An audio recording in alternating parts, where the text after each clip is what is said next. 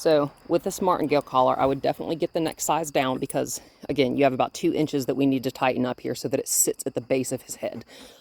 And the reason that we want this at the base of his head, be easy, is so that it is not laying on his esophagus when he pulls on it, just like that. Easy. There you go. And these collars were made specifically for dogs like him that have a very narrow base of their skull. So when these collars are fitted correctly, if he goes to back away from you and to try to back out of this collar, this gets tighter, which prevents it from slipping over the back of his head.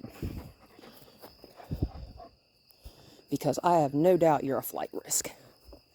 Yeah, and I'm going to keep his head up off the ground by keeping this nice and short.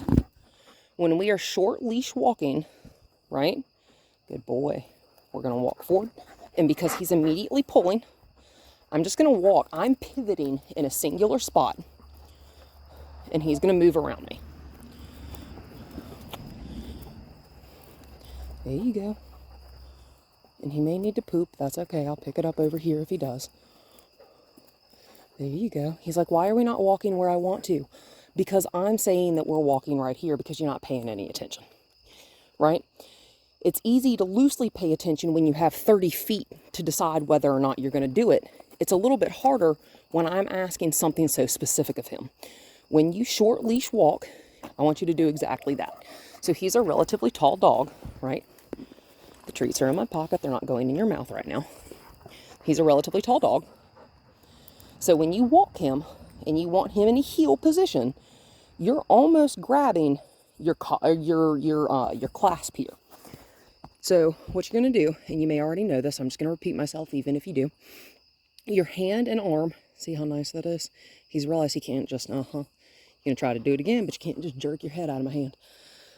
Nice and relaxed arm, and your hand should be about where your hip is. Nice and relaxed. And you only need the amount of leash that will comfortably reach his neck. No more. There it is. That's okay. Just for a brief second, though, I had those eyes. That's all I need. Just for a brief second. Good. Good boy. Good boy. Verbal praise. That's okay. Okay, we just do weird stuff like that when we're on leash anyway. That's okay. That's okay. Yep. And as soon as he starts going some sort of direction, walking like a drunk person, because that's what you do, we're just going to pivot in spot. No, you're going to keep going the same way. There you go. And again, if that collar were a little bit tighter, it would not be pressing on his neck quite like that, which would keep him from making that choking sound, that sound. Good.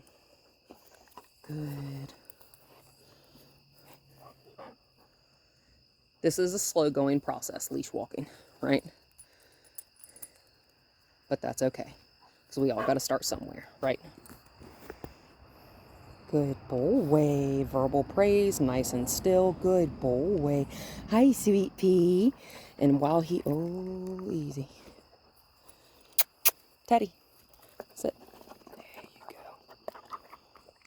I'm going to see if I can lure him to walk near me. Good boy. Sit. Good boy. And we're going to walk. I need to fix that. Hang on.